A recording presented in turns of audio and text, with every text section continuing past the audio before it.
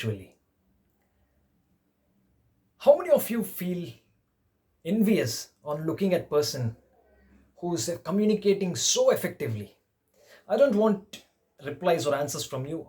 You can answer this question to yourself, because I do feel envious on looking at people who are communicating so effectively, not just on stage, off stage as well. They People get attracted to him or her because of their communication.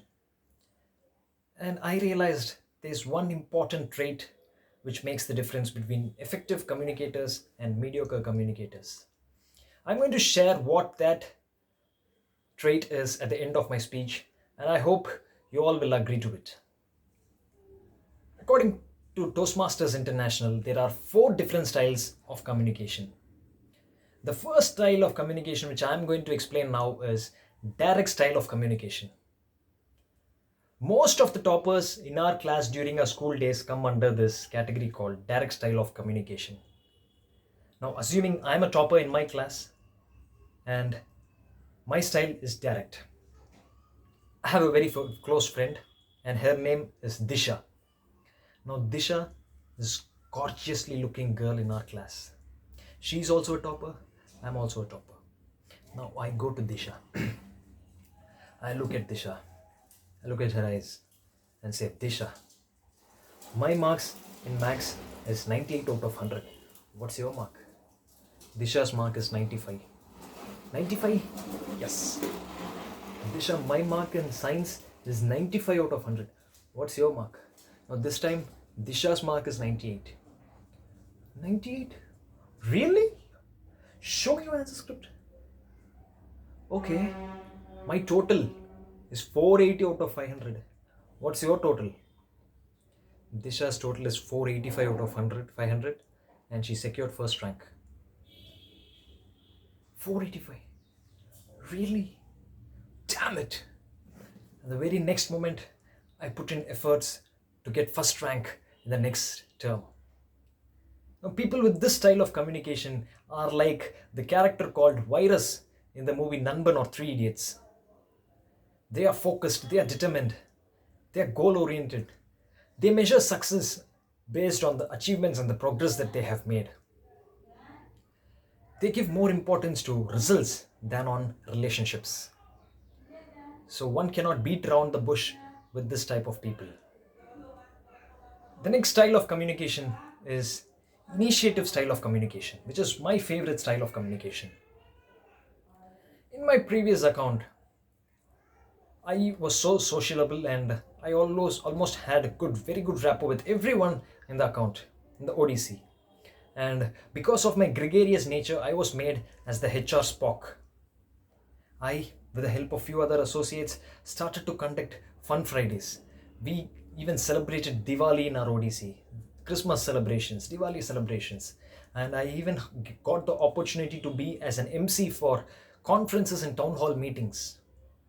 So because of following initiative style of communication, this style has helped me to expose my talents at the workplace. Now, people with this style of communication are like the character called Hasini in the movie Santosh Subramaniam. Moving our attention to the third style of communication, which is supportive style of communication. I would relate this style with my school friends. My friendship with my school friends, it's been almost 10 years now. And with few people, I even had friendship for almost 15 years now. And even today, we meet during weekends and spend our time together. And they are the ones who stand beside me during time of problems or any emergencies. We are loyal, we are dependent on each other during problems, and we have a trustworthy relationship. Now, with these people, I almost had all types of communication styles, and there were even times where I didn't even communicate properly with these people. But the trust, the friendship that we share is primarily built on one style of communication called supportive communication style. We support each other and we trust each other.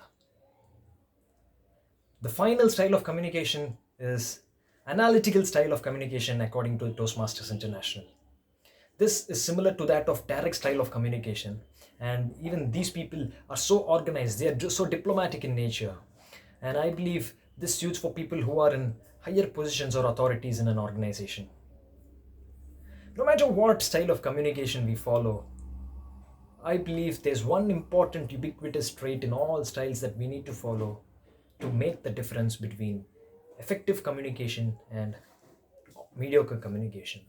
And that one important trait is confidence, supreme confidence, not just in verbal communication, even in non-verbal communication. Let me give you an example. Assuming that I'm in China now and I don't know the language which the Chinese people speak, and assuming that they don't speak English, and now I'm roaming in the streets of China, and all of a sudden I had to attend nature's call. And only if I don't find my way to a restroom and make a mess in my pants, then my communication style is poor. And no, that's not going to happen to anyone.